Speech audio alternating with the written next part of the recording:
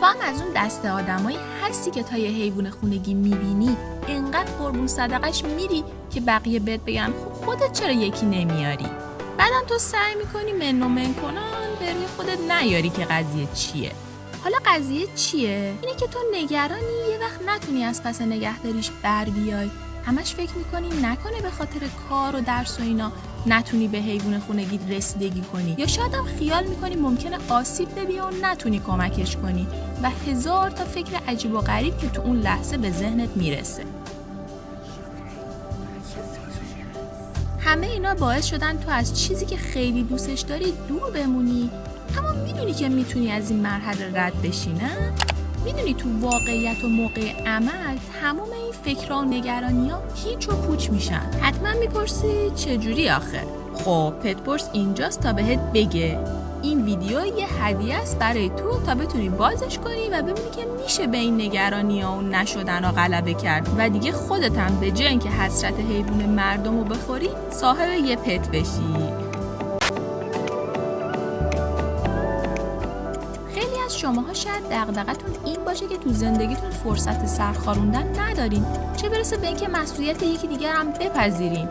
هیچی دیگه، دکتر بردن و تربیت و رسیدگی و خب اول از همه بگم که اگر یکی از نگرانی‌های ذهنیت راضی کردن خانواده برای آوردن حیوان خونگی، ما قبلا توی ویدیو که لینکش رو این بالا برات گذاشتیم مفصل تمام راه‌های ممکن رو گفتیم که خیلی هم خوب نتیجه میدن. دوماً باید بگم که اگه نگران دکتر رفتن و کارهای پزشکیش هستی، برو روی لینکی که تو دیسکریپشن گذاشتیم بزن، اپلیکیشن پتپرس رو دانلود کنه، دیگه غمت نباشه. دکتر میاد تو گوشی، تو جیبت و دیگه نزدیکتر از این چی میخوای؟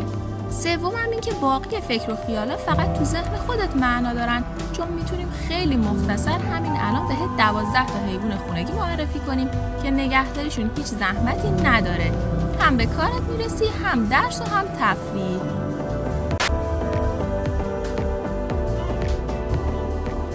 دو تا گوش بلند داره، 2 تا چش سیاه، یه دم قلقلی و یه دماغ کوچیکم بذار روش. حالا بگو ببینم این حیوان آروم کدوم حیوانه؟ بله، خرگوش قند عسل ما. نگهداریش اونقدر ساده است که از پسش میتونی بر بیای. جای زیادی هم ازت نمیگیره. فقط برای اینکه بتونی جزئیات تربیت و نگهداریشو بدونی، از ایبوک تربیت خرگوش پتپرس کمک بگیر. لینکش هم برات تو توضیحات گذاشتیم. البته اینم بگم که از تمام حیوانایی که تو این ویدیو معرفی کردیم نگهداری خرگوش از همشون سخت تره. بذار توی جمله بگم که باید حواست باشه یهو روش نشینی. مظلوم ترین حیوان خونگی همستر کوچولوی ماه. برای اینکه بدونی کدوم نژادش بهتره و چه همستری سالمه که موقع خرید اشتباه نکنی، تو گوگل سرچ کن همه چیز درباره همستر پتپرس.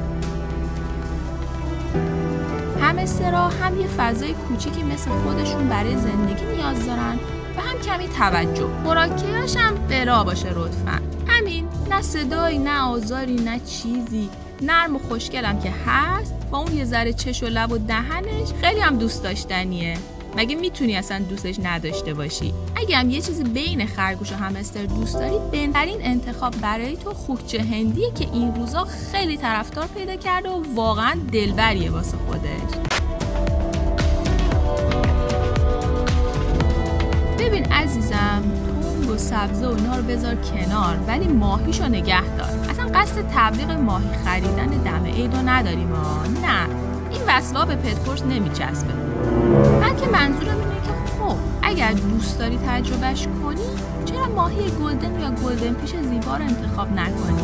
فقط برای خریدش حتما به یه مرکز معتبر فروش آبزیان مراجعه کن و اصول نگهداریش رو هم یاد بگیر تا بتونی 10-20 سال تماشاش کنی و ازش به خوبی نگهداری کنی.